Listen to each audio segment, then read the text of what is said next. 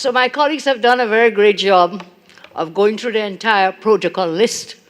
So you'll forgive me when I say distinguished ladies and gentlemen. Is that okay? Yes, thank you.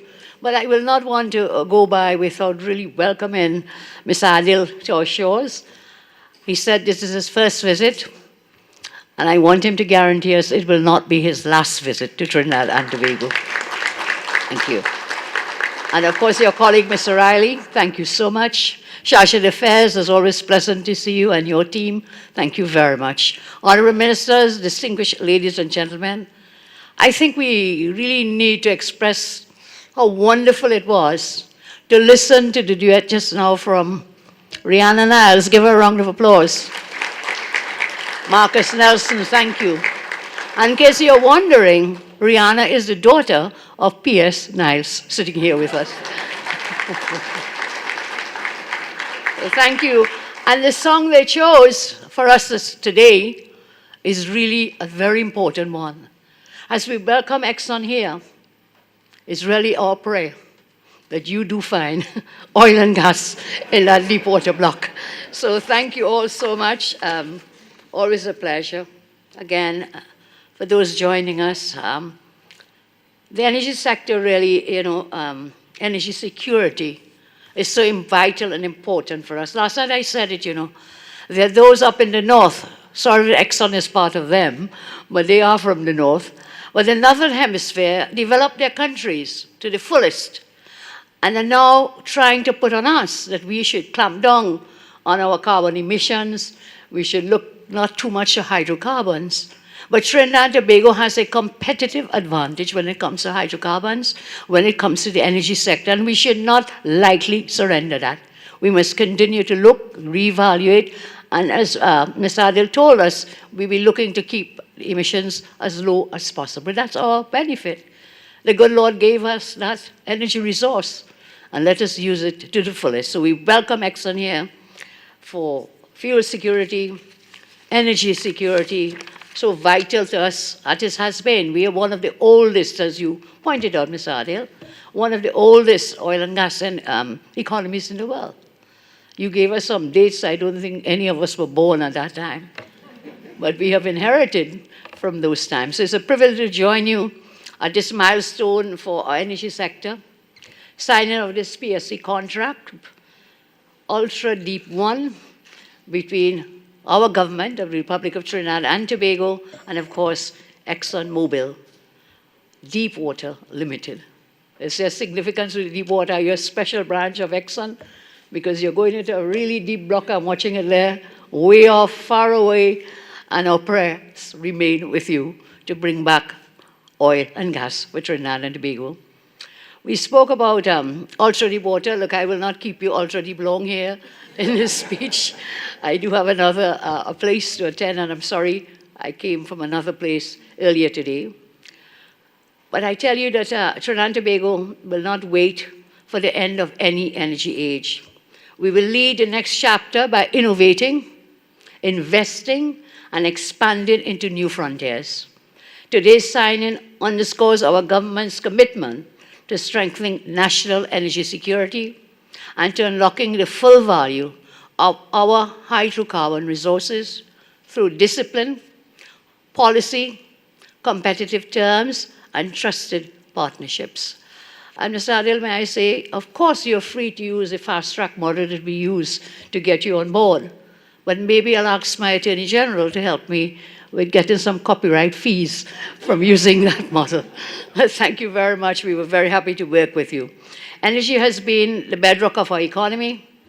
At its peak in early 2000, this sector accounted for nearly 45% of our GDP, over 40% of total government revenue, and around 80% of our foreign exchange earnings.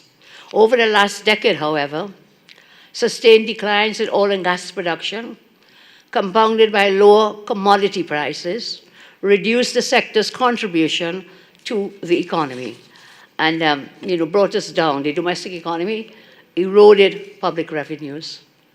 Upon returning to government, and forgive me if I'm not being very modest today to boast about 100 days in office, we treated this downturn as a clarion call.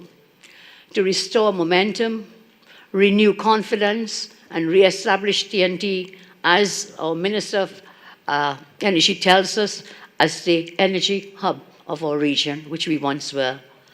Our renewal agenda is clear.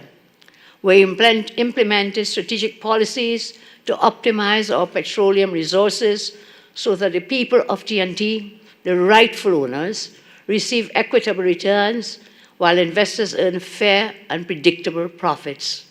The foundation is a regenerative energy economy, resilience now, sustainability over the long term.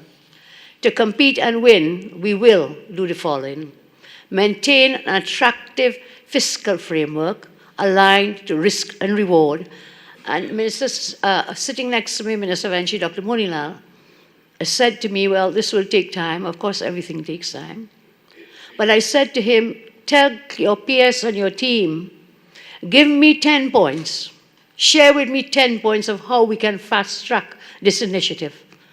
Because if we can do that, if we have to go to Parliament to legislate from the old legal framework, let's do it and make this happen in the shortest possible time with Exxon. So, in the energy sector, we will maintain an attractive fiscal framework aligned to risk and reward, enhance operational efficiency across exploration and production, reduce production costs by enabling technology and logistics, and streamline regulatory oversight without compromising standards. It's very important. So we'll have the guardrails, but we'll also have the progress that is to come. Regulatory oversight on RGGI, they said that they will use you. Mr. Keza, Minister in the Ministry of Energy, said they will be knocking on your door. And I want us to really look at the regulatory framework, the legal framework, so we can really make this happen in the shortest possible time. Are you ready? Reggie? Yes? And the other lawyers, Minister of Justice, Minister of Defense, all the lawyers in the team, help me with the regulatory framework. Because our laws are far outdated. We haven't made the changes. The last time we really looked at the laws relating to the energy sector was when we were there, 2010 to 2015. That is what? 10 years ago. 10 years ago. We have had a lot of promises. I'm not here to complain. We are here to work, but we have to recognize the deadlocks and, where we are bottlenecked in the regulatory framework, in the legal framework. So we have to look at the ease of doing business. And in energy, that will include the following: remove administrative bottlenecks. Minister, this is what I was saying to you: remove the administrative bottlenecks. A piece of paper from one desk to another takes 2 months. That can't be real. We don't have paper anymore. We are on these devices in 1 second. You are just one WhatsApp away. No longer from paper to desk. We can get it to happen. Remove bottlenecks. Modernize licensing and approvals. Again, AG and the team, legally we need to look at that. Clarify legal frameworks. Improve transparency at every stage of the value chain. With this approach, I fully expect today's ceremony to be the first of many such ceremonies. So, allow me to place in today's agreement into a context. Some of you may remember. Some of you as young as me will remember more. And some of you are not so young as me will remember less. So let's say it here. Progress is not an accident, but it is a continuum. And in my previous term in government, from 2010 to 2015, I think Minister Monilal mentioned some of it, we reignited frontier exploration and we restored investor confidence through decisive, measurable action. In April 2011, less than a year in taking office then, we executed 3 production sharing contracts in the North Coast Marine Area, Blocks 2, 3, and 4, with partners including NICO Resources, RWE, Petrotrin, and Venture North Sea Oil, later Centrica. That was 2011. In 2012, we concluded deep water production sharing contracts with BP for Block 23A and Block Trinidad and Tobago Deep Atlantic Area 14.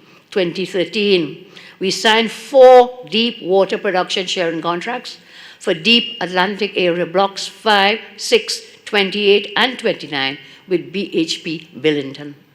In 2013, again, July, we added a negotiated production sharing contract for Deepwater Block 23B with BHP Billington and Repsol. In December 2014, we finalized 2 further deepwater production sharing contracts, Deep Atlantic Area Blocks 3 and 7, and with BHP Billington and BG Consortium with BHP as the operator. So at each step, what did we do? We pushed the frontier outward. We expanded modern seismic coverage. We sharpened our geoscience, and we built local capability. Block Trinidad and Tobago Ultra Deep 1 now stands on a solid foundation. Our basin knowledge meets ExxonMobil's ultra deep water capability. That is how we turn prospects into production and potential into lasting national value for our citizens. Today, we also send a very clear message. Trinidad and Tobago's energy sector is open for business. Investor confidence from global majors remains strong, as evidenced again by ExxonMobil's participation. After 22 years, ExxonMobil has come back to Trinidad and Tobago. They probably know something that we are going to find out very soon. So we welcome you. ExxonMobil ranks amongst the world's leading oil and gas companies by revenue, by market capitalization, and production capacity. We welcome ExxonMobil as a partner with the government and people of Trinidad and Tobago in advancing our upstream sector. Exxon's technology leadership in ultra-deepwater environments is eagerly anticipated as we position our nation to be part of the region's deepwater revival. The data acquisition associated with this PSC will enrich our national subsurface database and significantly deepen our understanding of our petroleum potential. Today's event, then, I say, is a momentous one, sir, Ms. Adil. In TNT's energy sector, we see benefits extending both to your good self and your company, ExxonMobil, and also to the nation, our beloved nation, Trinidad and Tobago. Ultra-deep water exploration has the potential to deliver very large volumes at high margins, easily offsetting the tremendous capital costs and technical challenges inherent in a project of this scale. It is estimated that ExxonMobil will incur expenditure of an estimated US $42.5 million in the mandatory first phase of this project. That is no small amount of money, and it's in hard currency, US dollars.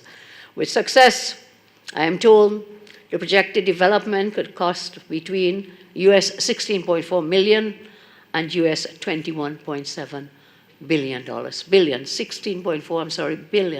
and US $21.7 billion.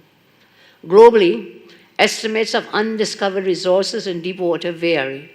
Some assessments indicate roughly 1/3 of the world's undiscovered conventional oil and gas lie in deep water basins. Other studies suggest as much as 80%, depending on definitions and methodologies, 80% lie in deep water basins. What is not in doubt is the scale and strategic importance of deep water to the world's future supply. While TNT is often described as a mature hydrocarbon province, we still hold extensive deep water acreage that remains unexplored. Based on the latest oil audit, prospective oil resources in active acreage are just under 3 billion barrels, underscoring the opportunity ahead of us. We are confident in the success of this major project. We want to wish again to ExxonMobil as our partner, to wish them the best for our mutual gain. And I say, my friends, we all know that unrealized potential has absolutely no value. We would therefore maintain strong momentum in exploration across all domains, deep water, shallow water, and onshore. To this end, I mandated the Minister of Energy and Energy Industries and the Minister Kesar in that ministry to do the following in the energy sector. Accelerate the responsible exploration of unexplored land and marine acreages. Continuously improve acreage award processes and undertake a comprehensive review of the oil and gas taxation regime to ensure TNT remains an internationally competitive hydrocarbon province. This is your task, ministers and PS in the ministry. Our principle is simple. Investment goes where it is welcome, and investment stays where it is well treated. That must be the signature of our stewardship. Today's achievement reflects collaboration and teamwork of the highest order. I extend heartfelt congratulations to the Honourable Minister, Dr. Rudal Munilal, Minister of Energy and Energy Industries, Minister Kesar, Minister in the Ministry of Energy and Energy Industries, to the Permanent Secretary, Mrs. Penelope Bradshaw-Niles, and the Ministry's negotiating team for their diligence and professionalism under tight timelines. Can we give the Ministry's team a round of applause? And may I recognize amongst us, and I'm sure you'll be seeing more often, hopefully, as Exxon undertakes this mammoth task, the President General of Oilfield Trade Workers Union, Mr. Ansel Roger, who is amongst us. May I also take this opportunity to extend to ExxonMobil your negotiation team for their constructive engagement and commitment to this venture. Additionally, I acknowledge again the Office of the Attorney General for your timely vetting of the PSC and associated documents which enabled today's successful signing. In closing, I repeat, this agreement sets a very strong precedent for the next phase of our energy future. While global headwinds may arise beyond our control, the path ahead is brighter. The domestic energy sector is in safe, steady, experienced hands, the hands of a government that knows the business and will to deliver for the people of TNT. May the work we begin today light opportunity in every home and hope in every heart. We are confident in the success of this major project. We again want to wish ExxonMobil every success as we partner for mutual gain and for the long-term prosperity of the Republic of Trinidad and Tobago. Thank you, and may God continue to bless each and every one of you. Thank you very much.